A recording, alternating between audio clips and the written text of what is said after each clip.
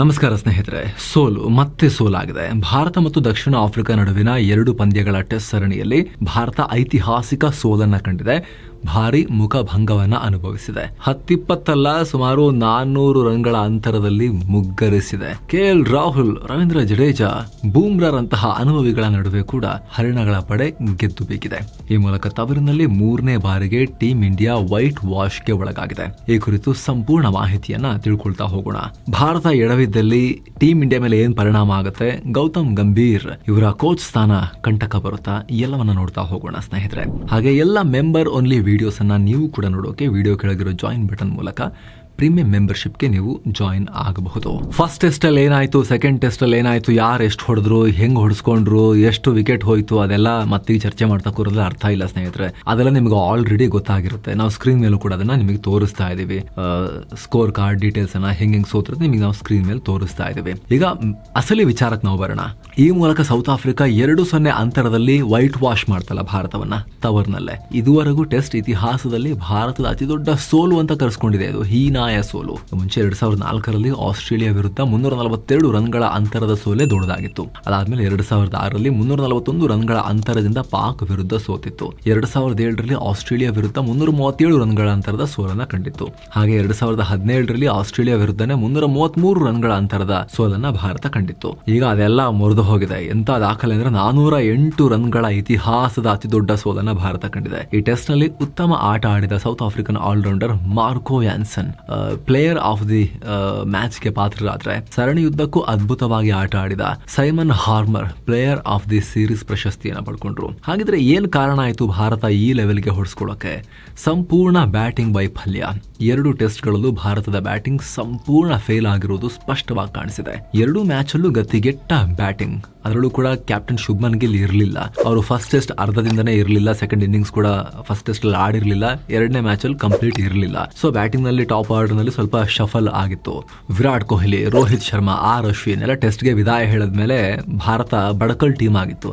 ಆದ್ರೂ ಕೂಡ ಇಂಗ್ಲೆಂಡಿಗೆ ಹೋದಾಗ ವೀರೋಚಿತವಾಗಿ ಆಡಿದ್ರು. ಕ್ಯಾಪ್ಟನ್ ಶುಭ್ಮನ್ ಗಿಲ್ ಅಂತೂ back to back century, double century, daddy 100ಗಳನ್ನ ಬ್ಯಾಕ್ ಟು ಬ್ಯಾಕ್ ಹೊಡೆದಿದ್ರು. ಓವರ್ ಆಲ್ ಟೀಮ್ ಕೂಡ ಕೆಎಲ್ ರಾಹುಲ್, ಜಡೇಜಾ ಬ್ಯಾಟಿಂಗ್ ನಲ್ಲಿ ಅದ್ಭುತವಾಗಿ ಆಡಿದ್ರು. ಉತ್ತಮ ಪ್ರದರ್ಶನ ಬಂದಿತ್ತು. Washington Sundar back to back contribute ಮಾಡಿದ್ರು. ಓಕೆ, ಪರವಾಗಿಲ್ಲ, ಅವರೆಲ್ಲ ವಿದಾಯ ಹೇಳಿದ್ರು, ಟೀಮ್ ಮುನ್ನಡೆಸ್ಕೊಂಡು ಹೋಗ್ತಾರೆ ಅನ್ನೋ ಹೋಪ್ ಬಂದಿತ್ತು. ಆದ್ರೆ ತವರಲ್ಲಿ ಸೌತ್ ಆಫ್ರಿಕಾ ಅಂತೂ ಆರಾಮಾಗಿ ಹೊಡಿತಾರೆ, ಅದು ಕೂಡ ಇಂಡಿಯನ್ ಪಿಚ್ ಅಲ್ಲಲ್ವಾ ಅಂತ ಅನ್ಕೊಂಡಿದ್ದೆಲ್ಲರೂ ಕೂಡ. ಆದ್ರೆ ಆಫ್ರಿಕಾದ ಸ್ಟ್ರಾಟಜಿಗಳು ತುಂಬಾ ಚೆನ್ನಾಗಿ ಕೆಲಸ ಮಾಡಿವೆ. ನಮ್ಮವರ ಹೋಪ್ಲೆಸ್ ಆಟ ಮರ್ಯಾದೆ ಕಳೆದಿದೆ ಭಾರತದ್ದು. ಅದರಲ್ಲೂ ವಿಶೇಷವಾಗಿ ಆಫ್ರಿಕಾ ಕ್ಯಾಪ್ಟನ್ ಟೆಂಬಾ ಬೌಮಾ ಅವರ ಕ್ಯಾಪ್ಟನ್ಸಿ ಬಗ್ಗೆ ಹೇಳಬೇಕು. ಭಾರತದ ವಿರುದ್ಧ ಗೆಲ್ಲುವ ಮೂಲಕ ಮತ್ತೊಮ್ಮೆ ತಾವು ವಿನ್ನರ್ ಕ್ಯಾಪ್ಟನ್ ಅಂತ ಕರೆಸ್ಕೊಂಡಿದ್ದಾರೆ. ನಾಯಕರಾಗಿದ್ದ 12 ಮ್ಯಾಚ್ಗಳಲ್ಲಿ 11 ಮ್ಯಾಚ್ಗಳಲ್ಲಿ ಗೆಲುವನ್ನ ಕಂಡಿದ್ದಾರೆ. ಇದರಲ್ಲಿ 1 ಮ್ಯಾಚ್ ಡ್ರಾ ಆಗಿದೆ. ಇವರು ಕ್ಯಾಪ್ಟನ್ಸಿ ಮಾಡಿದ್ದು 1 ಮ್ಯಾಚ್ ಕೂಡ ಸೋತಿಲ್ಲ. ಈ ಮೂಲಕ ದಕ್ಷಿಣ ಆಫ್ರಿಕಾ ಕ್ರಿಕೆಟ್ ಅನ್ನ ಹೊಸ ಎತ್ತರಕ್ಕೆ ತಗೊಂಡು ಹೋಗಿದ್ದಾರೆ. ಅಷ್ಟೇ ಅಲ್ಲ, ಹೇಳಿದ್ದನ್ನ ಮಾಡಿ ತೋರಿಸಿದ್ದಾರೆ. 1 ತಿಂಗಳ ಹಿಂದೆ ಭಾರತದ ಮ್ಯಾಚ್ ಬಗ್ಗೆ ಮಾತಾಡಿ, ಲಾಸ್ಟ್ ಇಯರ್ ನ್ಯೂಜಿಲೆಂಡ್ ತಂಡ ಭಾರತದಲ್ಲಿ ಏನ್ ಮಾಡಿತ್ತೋ ನಾವು ಅದನ್ನೇ ಮಾಡ್ತೀವಿ, ಅದನ್ನೇ ಸಾಧಿಸ್ತೀವಿ ಅಂತ ಹೇಳಿದ್ರು. ಆದ್ರೆ ಈಗ ಭಾರತಕ್ಕೆ ಸೋಲು ಉಣಿಸಿದ್ದಾರೆ. 25 ವರ್ಷಗಳ ಬಳಿಕ ಭಾರತದ ನೆಲದಲ್ಲೇ ಟೆಸ್ಟ್ ಸರಣಿ ಸಾಧನೆ ಕೂಡ ಮಾಡಿದ್ದಾರೆ. ಮೊದಲು 2000 ಇಸವಿಯಲ್ಲಿ 2-0 ಅಂತರದಲ್ಲಿ ಭಾರತದ ವಿರುದ್ಧ ಲಾಸ್ಟ್ ಓವರ್ ಗೆದ್ದಿತ್ತು. ಈಗ ಮತ್ತೆ ಈ ಸರಣಿಯಲ್ಲೂ ಅದೇ ರಿಪೀಟ್ ಆಗಿದೆ. ಗಂಭೀರ್ ಸ್ಥಾನಕ್ಕೆ ಕೂತು ಎಲ್ಲದಕ್ಕೂ ಅವರೇ ಹೊಣೆನಾ? ಯಾಕಂದ್ರೆ ಒಂದು ಕಾಲದಲ್ಲಿ ಟೆಸ್ಟ್ ಗಳ ಮಾಸ್ಟರ್ಸ್ ಅಂತ ಕರೆಸ್ಕೊಳ್ತಾ ಇದ್ದ ಟೀಮ್ ಇಂಡಿಯಾ ಗಂಭೀರ್ ಕೋಚ್ ಆದ್ಮೇಲೆ ಎಲ್ಲ ಉಲ್ಟಾ ಆಗ್ತಾ ಇದೆ. 2024 ನವೆಂಬರ್ ಅಕ್ಟೋಬರ್ ನಲ್ಲಿ ನ್ಯೂಜಿಲೆಂಡ್ ವಿರುದ್ಧ ಭಾರತ 3-0 ಅಂತರದಲ್ಲಿ ಹೀನಾಯವಾಗಿ ಸೋಲ್ತು. ಈ ಸರಣಿಯಲ್ಲಿ ಕೋಲ್ಕತ್ತಾ ಹಾಗೂ ಗುವಾಹಟಿ 2 ಮ್ಯಾಚ್ ನಲ್ಲೂ ಮುಗ್ಗರಿಸ್ತು.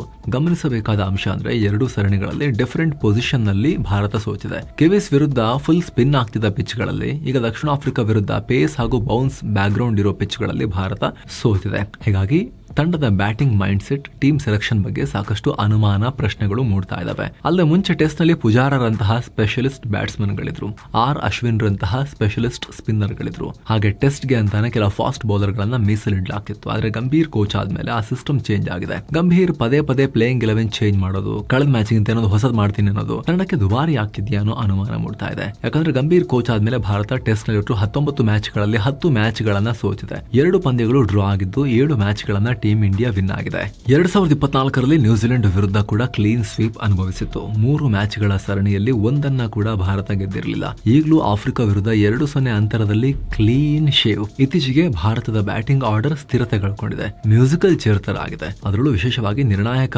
ನಂಬರ್ 3 ಸ್ಥಾನಕ್ಕೆ ಮುಂಚೆ ರಾಹುಲ್ ದ್ರಾವಿಡ್, ಚತೇಶ್ವರ ಪೂಜಾರ ಎಲ್ಲ ಆಡ್ತಾ ಇದ್ರು. ಆದ್ರೆ ಗಂಭೀರ್ ಕೋಚ್ ಆದ್ಮೇಲೆ ಶುಭ್ಮನ್ ಗಿಲ್, ಸಾಯಿ ಸುದರ್ಶನ್, ಕರುಣ್ ನಾಯರ್ ಹಾಗೆ ವಾಷಿಂಗ್ಟನ್ ಸುಂದರ್ ಸಿಕ್ಕಾಪಟ್ಟೆ ಅಲ್ಲಿ ಶಫಲ್ ಎಲ್ಲ ಆಗಿದೆ. ಹೀಗಾಗಿ ಗಂಭೀರ್ ಸಿಕ್ಕಾಪಟ್ಟೆ ಶಫಲ್ ಮಾಡಿ ಟೀಮನ್ನ ಅಸ್ತವ್ಯಸ್ತ ಮಾಡ್ತಿದ್ದಾರೆ ಅನ್ನೋ ಟೀಕೆಗಳನ್ನ ಈಗ ಫೇಸ್ ಮಾಡ್ತಿದ್ದಾರೆ. ಜೊತೆಗೆ ಈಗ ಗಂಭೀರನ್ನ ತೆಗೆದು ಹಾಕಬೇಕು, selection committee chairman Ajit Agarkar ಅನ್ನ ಕೂಡ ತೆಗೆದು ಹಾಕಬೇಕು. ಇವರಿಬ್ರು ಸರಿ ಇಲ್ಲ. ಗಂಭೀರ್ ಕೋಚ್ ಆದಾಗಿನಿಂದ ಭಾರತ ಸೋಲ್ತಾನೆ ಇದೆ ಅಂತ ಹೇಳಿ ಟೀಕೆ ಬರ್ತಾ ಇದೆ. Sri Lanka, New Zealand Border Gavaskar trophy ಈಗ ದಕ್ಷಿಣ ಆಫ್ರಿಕಾ ವಿರುದ್ಧ. ಸಾಕಾಗಲ್ವಾ ಎಷ್ಟು ಸೋಲು? ಮೊದಲು ರಿಮೂವ್ ಮಾಡ್ರಿ ಇವ್ರನ್ನ ಅಂತ ಸೋಷಿಯಲ್ ಮೀಡಿಯಾದಲ್ಲೂ ಕೂಡ ಸಿಕ್ಕಾಪಟ್ಟೆ ಅವ್ರ ಮೇಲೆ ದಾಳಿ ಮಾಡಲಾಗ್ತಿದೆ. ಆದ್ರೆ ಇದನ್ನೆಲ್ಲ ಗಂಭೀರ್ ತಳ್ಳಿ ಹಾಕಿದ್ದಾರೆ. ನಾನ್ ಈ ಹಿಂದೆ ಹೆಂಗ್ ಆಡ್ಸಿದೆ ನೆನಪಿದ್ಯಾ ಅನ್ನೋ ತರದಲ್ಲಿ ಮಾತನಾಡಿದ್ದಾರೆ. ಈ ಸೋಲಿನ ಹೊಣೆಯನ್ನ ನಾನು ಹೊತ್ಕೋತೀನಿ, ನನ್ನ ಭವಿಷ್ಯದ ಬಗ್ಗೆ BCCI ನಿರ್ಧಾರ ಮಾಡುತ್ತೆ. ಆದ್ರೆ ನಾನು ಈ ಮುಂಚೆ ಇಂಗ್ಲೆಂಡ್ ನಲ್ಲಿ ರಿಸಲ್ಟ್ ತಂದ್ಕೊಟ್ಟಿದ್ದೆ ಅಲ್ಲ, ಚಾಂಪಿಯನ್ಸ್ ಟ್ರೋಫಿನಲ್ಲೂ ಕೂಡ ಕೋಚ್ ಆಗಿದ್ನಲ್ಲ ಅಂತ ಹೇಳಿದ್ದಾರೆ. ಈ ಮೂಲಕ ಇಂಗ್ಲೆಂಡ್ ಸರಣಿಯಲ್ಲಿ ಭಾರತ ತೋರಿದ ಉತ್ತಮ ಪ್ರದರ್ಶನದ ಹಿಂದೆ ಚಾಂಪಿಯನ್ಸ್ ಟ್ರೋಫಿ ಗೆಲ್ಲುವಲ್ಲಿ ಅಲ್ಲಿ ಗೆದ್ದಾಗ ನೀವು ನನಗೆ ಕ್ರೆಡಿಟ್ ಕೊಡಲ್ಲ ಅಂದ್ರೆ ಸೋತಾಗ ನನಗೆ ಹೆಂಗ್ ಕ್ರೆಡಿಟ್ ಕೊಡ್ತೀರಿ? ಅದು ಆಟಗಾರರು ಅಂತ ಆದ್ರೆ ಇಲ್ಲಿ ನಾನು ಆಡಕ್ ಹೋಗಿದ್ನ, ಆಟಗಾರ ಆಡಿರೋದಲ್ವಾ, ನನಗೆ ಯಾಕೆ ಬ್ಲೇಮ್ ಮಾಡ್ತಾ ಇದ್ದೀರಾ? ನನ್ನ ಇಲ್ಲಿ ಬ್ಲೇಮ್ ಮಾಡ್ತಿದ್ದೀರಾ ಅಂದ್ರೆ ಆ ಗೆಲುವಿನ ಶ್ರೇಯಸ್ ಕೂಡ ನನಗೆ ಕೊಡಿ ಅಂತ ಹೇಳ್ತಾ ಇದ್ದಾರೆ. ಇದಕ್ಕೆ ಸಂಬಂಧಪಟ್ಟಂತೆ ನಿಮಗೆ ಅನ್ಸುತ್ತೆ ಕಾಮೆಂಟ್ ಮಾಡಿ ತಿಳಿಸಿ ಸ್ನೇಹಿತರೆ. Thank you so much. ಆಗ್ಲೇ ಹೇಳಿದ ಮಸ್ತ್ ಮಗ ಪ್ರೀಮಿಯಂ ಮೆಂಬರ್ಶಿಪ್ ಅನ್ನ ಆಸಕ್ತರು ವಿಡಿಯೋ ಕೆಳಗಿರೋ ಜಾಯಿನ್ ಬಟನ್ ಮೂಲಕ ಜಾಯಿನ್ ಆಗಬಹುದು. ಮತ್ತೆ ಭೇಟಿ ಆಗ್ತಿರೋಣ. ನಮಸ್ತೆ.